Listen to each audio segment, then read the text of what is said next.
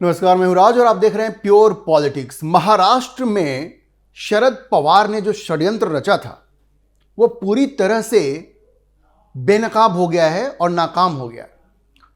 देखिए, कई बार दुख की जो घड़ी होती है वो भी कुछ लोगों के लिए अवसर बन जाती है। शरद पवार इसी षड्यंत्र में लगे हुए थे कि अजीत पवार की जो दुखद मौत हुई है उसके बाद कैसे अजीत पवार की जो पार्टी है उसको हथियाया जाए, उसको हड़पा जाए। मैं आपको एक बात बता दूं, जो लोग भी शरद पवार को फॉलो करते हैं, उनके पॉलिटिकल करियर को जिन लोगों ने फॉलो किया है, शरद पवार से ज्यादा स्वार्थी आदमी और उससे ज्यादा खतरनाक आदमी आपको भारतीय राजनीति में नहीं मिलेगा। और उनके ऊपर तो भ्रष्टाचार के भी गंभीर आरोप रहे हैं। लेकिन चलिए, भ्रष्टाचार के आरोप तो भारत में पॉलिटिशियंस के ऊपर लगते ही रहते हैं, लेकिन यह व्यक्ति इतना खतरनाक है कि इसे सिर्फ अपना फायदा दिखता है। भतीजे की मौत हो गई, उसके बाद इसकी पूरी नजर थी कि किस तरह से अजीत पवार के एनसीपी को हड़पा जाए, कब्जा लिया जाए, उस पर कब्जा कर लिया जाए। यह बात अजीत पवार ग्रुप के लोगों को अच्छी तरह से समझ में आ गई और भारतीय जनता पार्टी को भी समझ में आ गई। अब इन्होंने कहना यह शुरू किया कि अजीत पवार तो कह रहे थे कि दोनों पार्टियों का मर्जर हो जाए, 12 फरवरी का दिन भी तय हो गया था। ये सारी बातें उन्होंने कहना शुरू कर दिया। तो देखिए, जब अजीत पवार की पार्टी को ऐसा लगा और उनकी पत्नी सुनेत्र पवार को ऐसा लगा कि भाई ये तो अब हमारी पार्टी को कब्जाने के चक्कर में है, तो इन लोगों ने बैठ करके एक फैसला किया। ये सारी चीजें अब खुल के सामने आ रही।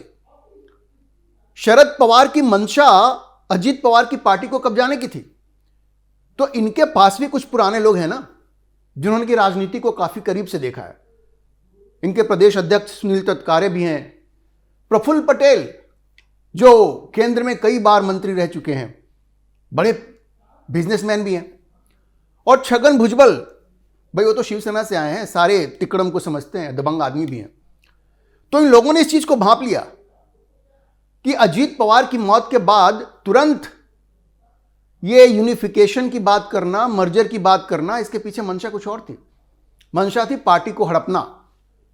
तो यह वजह रही कि इन लोगों ने सुनेत्र पवार को यह कहा कि भाई आप जल्द से जल्द सरकार में उप मुख्यमंत्री का पद ग्रहण कीजिए, और उसके बाद अगर मर्जर होना है, ठीक है, अजीत पवार मर्जर पे काम कर रहे थे, ये सबको मालूम है, तो एक ताकत के पोजीशन से, पोजीशन ऑफ स्ट्रेंथ से आप बातचीत कीजिए। अगर आपके पास सत्ता नहीं होगी तो फिर शरद पवार तो आपको चलने नहीं देंगे। अभी देखिए, सुनेत्र पवार अब वहां की उप मुख्यमंत्री बन गई हैं। अब वो पार्टी, अपने जो लोग हैं उनके, अजीत पवार की जो पार्टी थी, अगर वो मर्जर की बात होती भी है तो अब वो शरद पवार की नहीं चलेगी। और शरद पवार कितना खतरनाक व्यक्ति है, आपको याद होगा किस तरह से नरेंद्र मोदी को उन्होंने परेशान किया, किस तरह से परेशान किया, और यूपीए के साथ हाथ मिला लिया। आपको याद होगा जब अजीत पवार ने वह सुबह में शपथ जो ली थी और भारतीय जनता पार्टी के साथ सरकार बनाई थी, जब वो उद्धव ठाकरे भाग गए थे, तो शरद पवार ने किस तरह से मजबूर कर दिया था अजीत पवार को वापस आने के लिए। आपको याद होगा ना।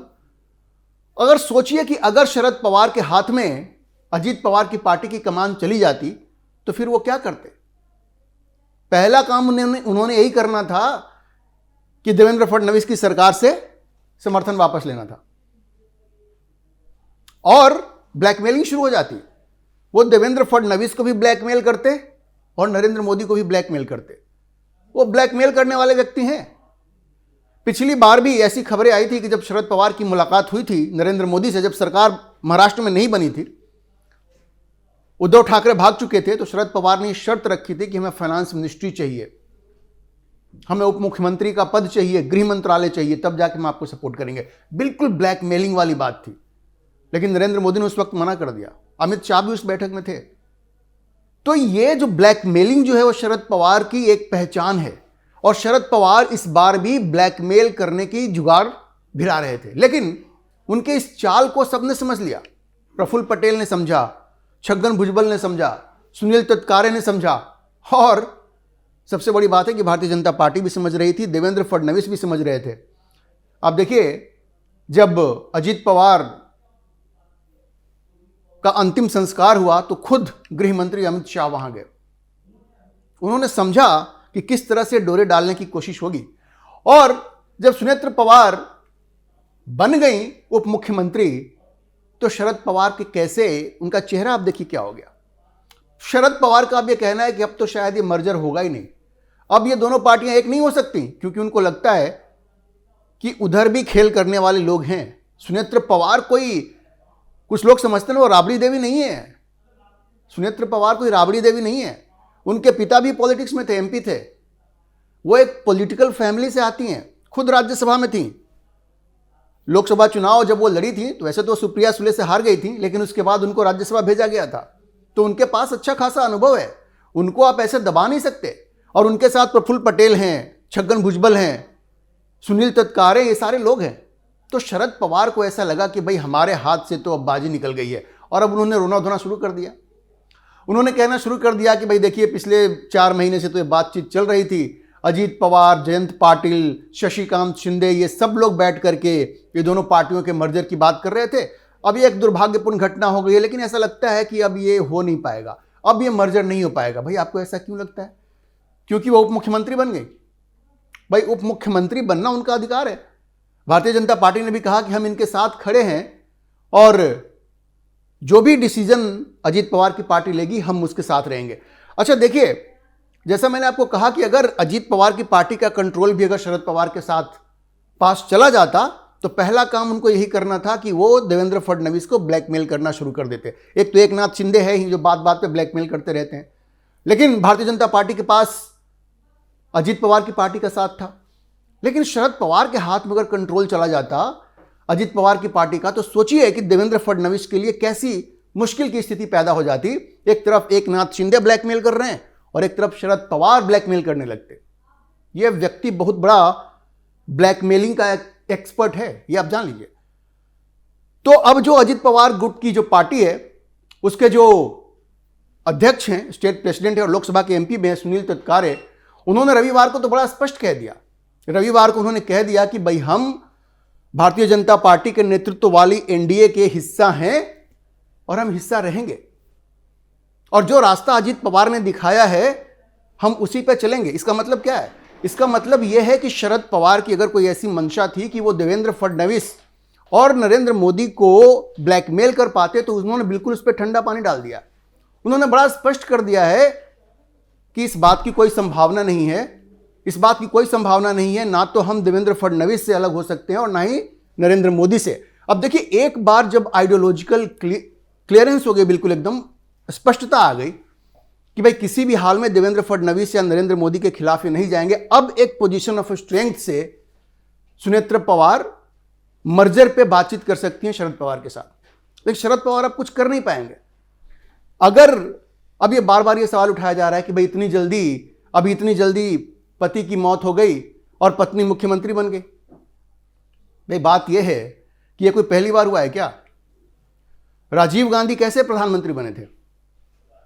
जिस दिन इंदिरा गांधी की हत्या हुई, सुबह में शाम तक होते होते उन्होंने शपथ ग्रहण कर लिया। तो कोई पहली बात है क्या? राजनीति में तो ये होता रहता है। तो अब इस तरह से, और मजे की बात यह है कि ये जो शरद पवार गुट के जो लोग हैं वो एक तरह से सुनेत्रा पवार को इसलिए टारगेट कर रहे हैं, वो हिंदू संस्कृति की याद दिला रहे हैं कि भाई अभी तो कम से कम 13 दिन के बाद शपथ लेना चाहिए था। राजनीति में ये सब नहीं होता, इतना वैक्यूम नहीं हो सकता पॉलिटिक्स में। और जो लोग, खास करके कांग्रेस के लोग, और ये जो शरद पवार, उस वक्त तो शरद पवार भी कांग्रेस में ही थे ना, तो उनको याद करना चाहिए कि राजीव गांधी ने कैसे शपथ ली। तो ये बहुत जरूरी था कि सुनेत्र पवार उप मुख्यमंत्री पद की शपथ लें, और एक पोजीशन ऑफ स्ट्रेंथ से, अगर दोनों गुटों के बीच में मर्जर होना भी है, अगर एक पार्टी बननी भी है, तो जो अजीत पवार जो गुट है, जो ग्रुप है, उसके इंटरेस्ट को प्रोटेक्ट किया जाए और एक पोजीशन ऑफ स्ट्रेंथ से बातचीत हो, एक मजबूती से बातचीत हो। इसके लिए बहुत जरूरी था कि सुनेत्र पवार उप मुख्यमंत्री बने। तो जैसे ही अब वो उप मुख्यमंत्री बन गई हैं तो शरद पवार का चेहरा उड़ गया है। लेकिन आप ये समझिए कि चेहरा उड़ने से तो कुछ होगा नहीं ना, चेहरा उड़ने से कुछ नहीं होगा। पॉलिटिक्स अगर आप जानते हैं तो पॉलिटिक्स इधर के लोग भी जानते हैं, और भारतीय जनता पार्टी भी इस बात को अच्छी तरह से समझती है। तो महाराष्ट्र में सुनेत्र पवार ने जब उप मुख्यमंत्री पद की शपथ ली है, दुर्भाग्य से अजीत पवार तो अब इस दुनिया में नहीं रहे, लेकिन सुनेत्र पवार के शपथ लेने से दो चीजें बड़ी स्पष्ट हो गई हैं कि देवेंद्र फडणवीस की जो सरकार है उसको एकनाथ शिंदे भी अब ब्लैकमेल नहीं कर पाएंगे। एकनाथ शिंदे भी खुश होंगे कि अब तो अजित पवार है नहीं, अब शरद पवार के हाथ में पूरी पार्टी की कंट्रोल जा सकती है, चूंकि मर्जर की बात हो रही है। लेकिन उनके इरादे भी अब सफल नहीं होंगे। एकनाथ शिंदे जब जब भी ब्लैकमेल करने की कोशिश करते थे तो अजित पवार देवेंद्र फडणवीस के पीछे खड़े रहते थे, और यह वजह थी कि वो ब्लैकमेल नहीं कर पाते थे। तो एक तो जो एकनाथ शिंदे हैं उनको भी बड़ी निराशा हुई है, और दूसरे इनकी कोशिश ये भी थी कि नरेंद्र मोदी के साथ भी कुछ बार्गेन किया जाए कि वहां भी, क्योंकि देखिए इनके पास 8 MP हैं, तो 8 MP का सपोर्ट, और चूंकि भारतीय जनता पार्टी के पास अपना स्वयं का बहुमत तो नहीं है, एनडीए के पास तो बहुमत है, लेकिन वो बहुमत जितना ज़्यादा आगे जाए उतना बढ़िया है। 8 MP है उनके पास, तो उस 8 MP को लेकर के ब्लैकमेल करने की नरेंद्र मोदी की सरकार के साथ वो जो अपने तिकड़म भिड़ाना चाह रहे थे, अब तो महाराष्ट्र में खेल बिगड़ गया। तो ना वो देवेंद्र फडणवीस को ब्लैकमेल कर पाएंगे और ना ही नरेंद्र मोदी को ब्लैकमेल कर पाएंगे। तो ये शरद पवार ने ये जो सोचा था कि एक दुर्भाग्यपूर्ण जो घटना हुई है, अजित पवार की जो मौत हो गई है, उसका फायदा उठा करके एक बार हम फिर से पावरफुल बन जाएंगे, महाराष्ट्र में भी और केंद्र में भी उनके सारे सपने चकनाचूर हो गए हैं।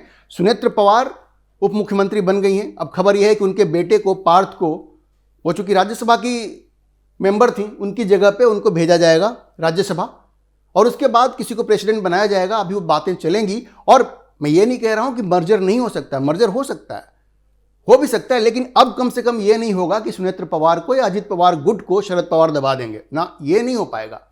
और अब कम से कम ये इनके पास उप मुख्यमंत्री का पद है, और भारतीय जनता पार्टी पूरी तरह से इनके पीछे खड़ी है। देवेंद्र फडणवीस इनके पीछे खड़े हैं, प्रधानमंत्री मोदी इनके पीछे खड़े हैं। इसलिए ना तो देवेंद्र फडणवीस की सरकार को कोई खतरा है, और ना ही शरद पवार अब नरेंद्र मोदी को किसी भी तरह से ब्लैकमेल कर पाएंगे। अभी के लिए इतना ही। इस विषय पर आप क्या सोचते हैं, अपनी राय कमेंट बॉक्स में जरूर लिखें, और अगर आपको वीडियो पसंद आया हो तो आप इसे लाइक करें, शेयर करें और हमारे चैनल को सब्सक्राइब जरूर करें।